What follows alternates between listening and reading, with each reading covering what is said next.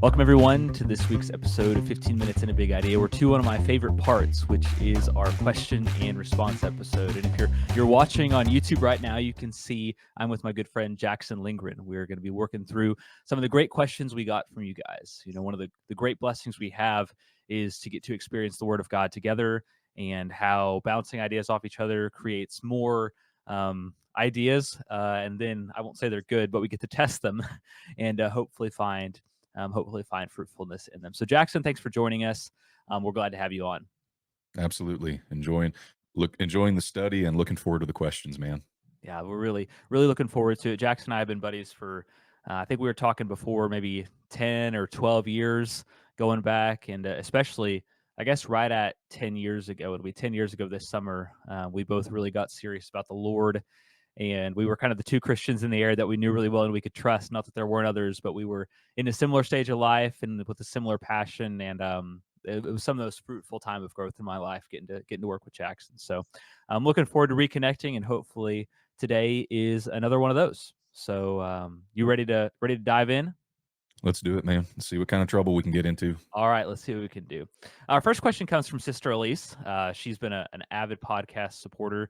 Hope you're doing well, Elise, out there, wherever you're listening today. She asks, we are bombarded with questions or with messages rather, like you can't pour from an empty cup, and self-care, things like this. All these messages are out here. So the question is, how can Christians find balance between those messages from the world and going too far in the opposite direction? Obviously, Philippians teaches that we need to see the needs of others before even our own needs. But what about taking care of ourselves? Certainly, there's times we must tend to ourselves first. So how do we find that balance? What are some signs to watch for, and whether we need to adjust to look more to the needs of others, or whether it's time to step back and tend to our own needs? So I think that's a huge question, and one that a lot of Christians wrestle with, and you have to get to where you're wrestling through it. So we may take a lot of time here. Jackson, what are your first thoughts right off the hop? Well, one thing that comes to mind immediately is a sermon I heard months and months, maybe even a year ago, from a brother here locally who was talking about the concept of rest, Mm, recuperation, and leisure. I think combining all those things and trying to get a Christian perspective on those. And one thing he said stuck with me. He said, people say, "I just want to rest. I just want to have some me time," mm, and he said, "What for?" mm, Just got everybody to thinking, like, what's the purpose of the recuperation? And I think that's a good way to frame the response to this question is, if if you're reading a self-care book or having some self-care concepts implemented in your life, those aren't necessarily wrong, but what's the mm. purpose? Is it so that Sure. you can, live your best life and put it on show for everybody so that you feel good about yourself? Well, there's a conversation to be had there about where your focus is. But if Mm, it's all for the purpose of building others up and being the best possible tool in the shed, you're the wrench trying to prevent yourself from being rusted so that you can be prepared when you're called upon. I don't think there's anything wrong with that concept of self-care. But on the subject of pouring from an empty cup, I have another friend that I've heard talk about this who hears that phrase and says, someone says, I just can't pour from an empty cup. And their response is, well, you know what? That's carnal. And you mm, need to stop. And you need to stop. And I'm like, oh, okay. Which, to a degree, I mean, that's very true. Is that, if you're thinking about it from the standpoint of, I don't have anything to give, I don't have any energy, I don't have any time. Well, I would encourage people to look at a verse like 2 Corinthians 12:15, where Paul mm, says, I'll very gladly spend and be spent for your souls. So the more abundantly I love you, the less I be loved. Paul mm. has this attitude of pouring out into others, and he never seems to be concerned with how much is in the tank. Right. And to me, it's very much, he's aware that the more he pours out, paradoxically, his cup is going to be filled as it pours. Mm, There's a reservoir attached to his cup that continues to fill it. So that's the encouragement I would give somebody who's struggling with that idea, or who is approaching someone who may have that viewpoint of, give it a chance. Give this mm. idea of service and emulating the life of Christ that we read about in Philippians, let this mind be in you. Give that a chance, and you'll be surprised how full your cup is when you're pouring from it. Yeah, absolutely. I mean, this is a lot of what he's getting at with in some ways I actually read a lot of what he's doing in Second Corinthians and some in First, but especially in Second Corinthians, sort of in that section you're talking about. And Philippians very similarly, because in Second Corinthians he talks about the churches in Macedonia that were poor but gave beyond their means. And I think I think we've got to read Philippi as one of those churches, Mhm. as this just giving and giving and giving. And you read about their legacy of giving in Philippians chapter 4. And I mean, and Philippi, there's a lot of places up here where there's not just a ton of money. I mean, you've got some people like Lydia, and you've got some Roman citizens and things like this. But in general, like it's not exactly an economic center like Corinth. It'd be like a small rural Oklahoma town putting Dallas or Houston to shame with their giving is sort of the parallel you've got with Philippi and Corinth. And what Philippi recognizes is just the graciousness of God just continues to supply and supply and supply. And so when we draw, we need to realize in some sense we're not drawing from an empty cup, we're drawing from an infinite reservoir. And that's Amen. the Yeah. graciousness of God. And so we need to trust that. Um, that's the first thing I'd say, is that we need to I think the empty cup picture gives some understanding, but I think also it can be the wrong picture. It can definitely be the wrong picture. Yeah. I think, you mentioned a little bit about rest there and its importance for that, and the sort of question of why. Why do Mhm. we need to rest? What's Yeah. what's the purpose here? And is it a life of service to others, or is it selfishness? And there's something to be said whenever God makes rest and ordains it as good. That I think there can be Mhm. a joy in rest. That Proverb says, "Don't love sleep," so we shouldn't have an addiction in some way or a long. People. You ask, it's like that proverbial teenage punk. You ask, "Well, what do you like to?" "Well, I like to sleep." Well, like you need to grow up. Um, It's but hitting a little close to home, man. do what? It's hitting a little close to home. That Yeah, wasn't too long ago. yeah. Well, me too. Me too. Um, but we shouldn't be that way. But there's also the sense in which rejoicing in the good gift of God's rest is not a bad thing. Mhm. I think a lot of the problem, and this will open you up for um, 30 minutes and a big idea. But I think a lot of the trouble that I have is a lot of the things that I choose as rest are not actually restful. They're things that actually take energy, and you've done some work on that, haven't you? Yeah, yeah, there's a deep rabbit hole, especially for me on this, is this Mm, there's so many things that we indulge in for rest today, whether it's any of my pet topics like electronic distractions, modern media, social media, whatever. You can even lump in things that are not so traditional in the way of looking at this. Everybody's going to say that diving into Facebook, Instagram, YouTube for rest and leisure at the end of your long day. We're all going to have our tirade that we're going to get on about that, but we could even throw Pinterest into this. We mm, could throw, some other apps that we just constantly take in some form of content. And mm, there's a lot of research to suggest that these things are pretty heavily anxiety inducing. So there's this paradoxical effect that we want to decompress at the end of the day. And that's what we mean when we say rest for the mm. most part. Yeah. We want to decompress, but these things have a again, oddly paradoxical effect where they actually compress us Mm, because they give us the sense of anxiety that we know that we're not doing what we're supposed to. We know that this isn't real rest because real rest would have the qualifier of I've been doing something that's been worthwhile in the meantime. So not to cast too much judgment and put people in a position of I know what you've been doing wrong. I'm mm. just saying I can speak from my own personal experience that Me too. when I've had this attitude, usually what I'm doing for rest is something that that sucks more energy out of me. It doesn't give me actual rest and recuperation. So I think we need to reframe. We don't need to reframe the word rest. It means what it means, but we need Mm, to know. We need to think to ourselves, what does it actually mean? Does it mean to leisurely lay down and consume things that make us feel better? No, the biblical idea of rest has a purpose so that we can get back to work. sure. Um, I think of it kind of in the same sense as like a bodybuilder or Mm, somebody who goes to the gym. Their purpose for rest is not because they love rest. Their purpose for rest is because they love working out, going to the gym, building themselves up. mm, Now, for what purpose they're building themselves up, that's another conversation. sure. But the idea is there. Your rest has a specific purpose to make sure that you're an optimum functional capability for the vocation that you have. You can see the parallels for a Christian, obviously. Sure, sure. Well, and one thing I want to amen and amen to that. One thing I do want to just slightly temper a little bit is that Yeah. there is a there is a goodness to rest that is not wrong to enjoy. But let's Yeah, talk about yeah. what are some things that are actually rest.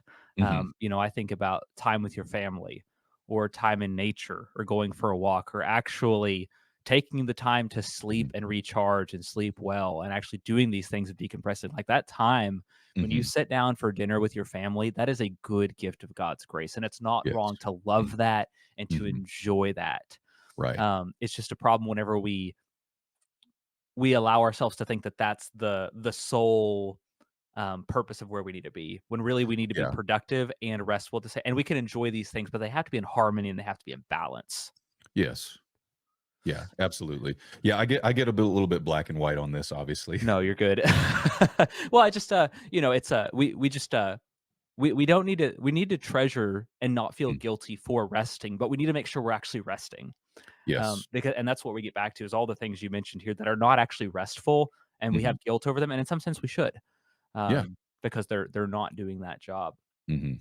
So one of the things that I think really comes down to this is whenever we talk about this, you can't pour from an empty cup questions, finding rest, prioritizing rest. Um, I think there's a lot of levels you can have this conversation at with where people are. The first place I want to have this conversation is in, what are our priorities? What are we doing here? Like in in undergrad, in college or in grad school too, it'd be like, well, I can't make it to Bible study tonight with with the church group because I've got to do a paper. It's like, well, actually, I chose to not do the paper and go do something else that was leisurely instead of doing that. So it's Mhm. not really that I'm choosing an important thing like a paper over, Bible study. It's really I chose Bible study over something unimportant, right? My priorities Mhm. are out of whack. So what do you think are some ways we can begin to understand that? Is that a helpful thing?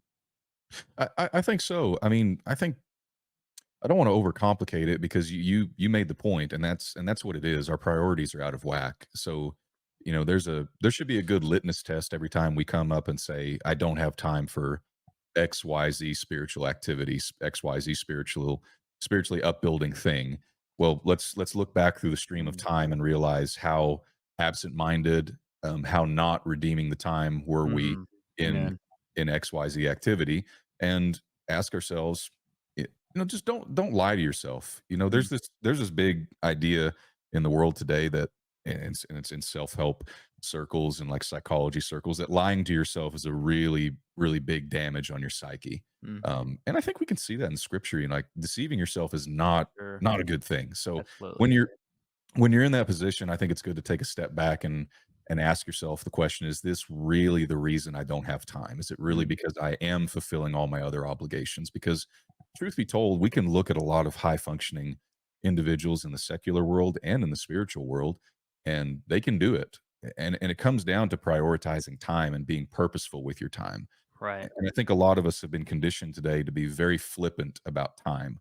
Um, you know, we we utter the phrase, "I'm killing time." Mm, It's like I have a deep disdain for that phrase because sure.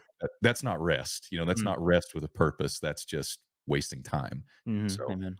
I think that's the way I'd frame it without trying to get too deep into the weeds. Sure, sure. Well, there's I absolutely agree with that. And then there's two other things I want to look at, because sometimes people are efficient with their time, Mhm. and it becomes a level of when you do get to be. I mean, they have that phrase: "If you want something done, ask a busy person." Yeah, And as yeah. someone grows and they get busy, they get more things and they get more good things, and they have to try to choose between what is the good thing and the best thing and the needful thing and all these. At some level, it's not just a stop sleeping in, and stop being lazy and stop the death scroll. It's Mhm. choose between which good thing you're going to do. Mhm. And there may be priorities that are somewhat selfish, like rest or time with family and things like that. And so, for me, I like to say two things that I think are helpful here, and let you bounce this off. The first one is just that God does not the commandment here is to put the needs of others above your own needs. And so the first place we have to check is, am I putting other people's needs above my preferences? Am I putting people's needs above my preferences? That's the first place where we got to try to do this. But then the other one that I want to say here that is good is, God does not ask you to put your needs above other people's preferences. right? Someone Mhm. else's preference or someone else's desire, God doesn't call you or command you to put your needs above that. And so I think this keeps us from a lot of trouble because I think sometimes, I think sometimes people want to make demands on time, and especially when someone's a busy person, people kind of expect that of them, and they can Mhm. kind of take them for granted. Have you ever seen that before? Oh, yeah. Yeah, a lot. I mean, we see that in our work life, we see that in our Mm, spiritual life, and that's hard, it's hard to discern sometimes in the moment, looking back, hindsight's 2020, but in the moment, it's really hard to discern other people's needs from their preferences because it can be sure, easy for you to take the attitude of, "Well, this is a need. This is a spiritual need of theirs. I gotta answer the call," and probably take some pretty deep presence of mind in that moment to discern those 2 things. So I'm glad you brought that up. I hadn't looked at it that way.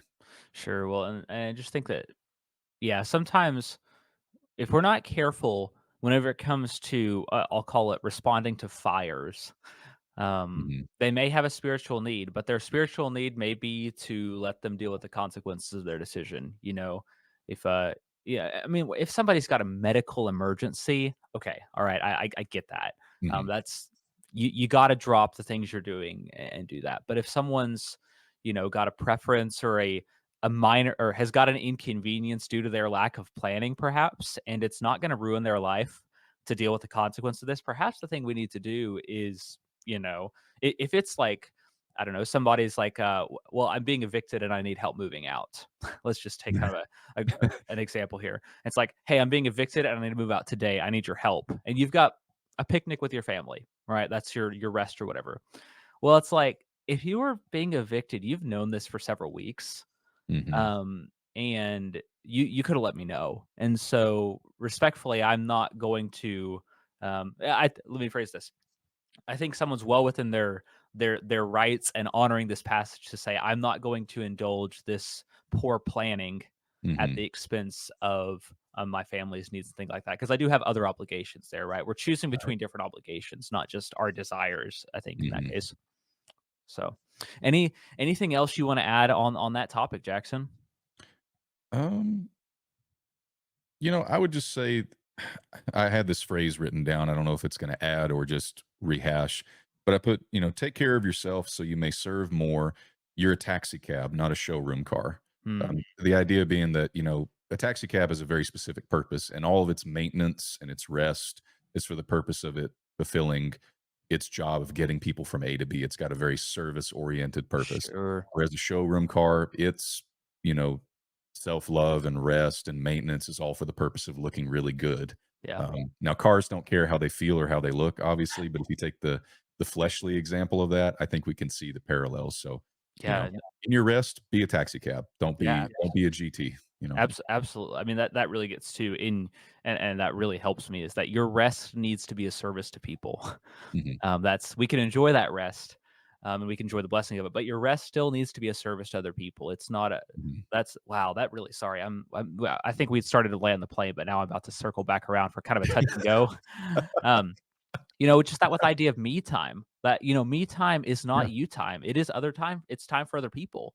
Mhm. And that time may be a personal reflection and retreat from the world to decompress, but that still needs Yeah. to be done out of a service to other people. Wow, that's really Yeah. helpful for me.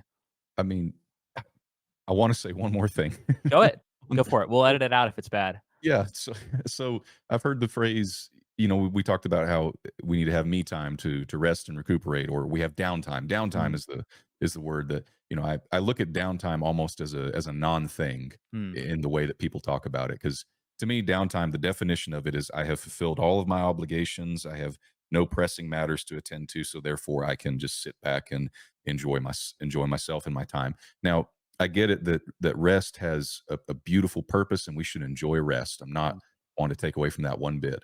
But if you think about it, when do we not have some sort of obligation to other people? In sure. some way, we can stretch that out, but at some point in time, I always have an obligation to somebody to pray for them, to Mm, be there for them, to think about them. So in that way, I look at it as downtime is a thing that doesn't really exist, and we shouldn't look at that as a thing that we're working towards every day. yeah. Yeah, have downtime is not a goal, it's a means, and we can enjoy Mhm, it in the meantime, but it's not something to be striven for. So, mhm. thanks, Jackson. Absolutely.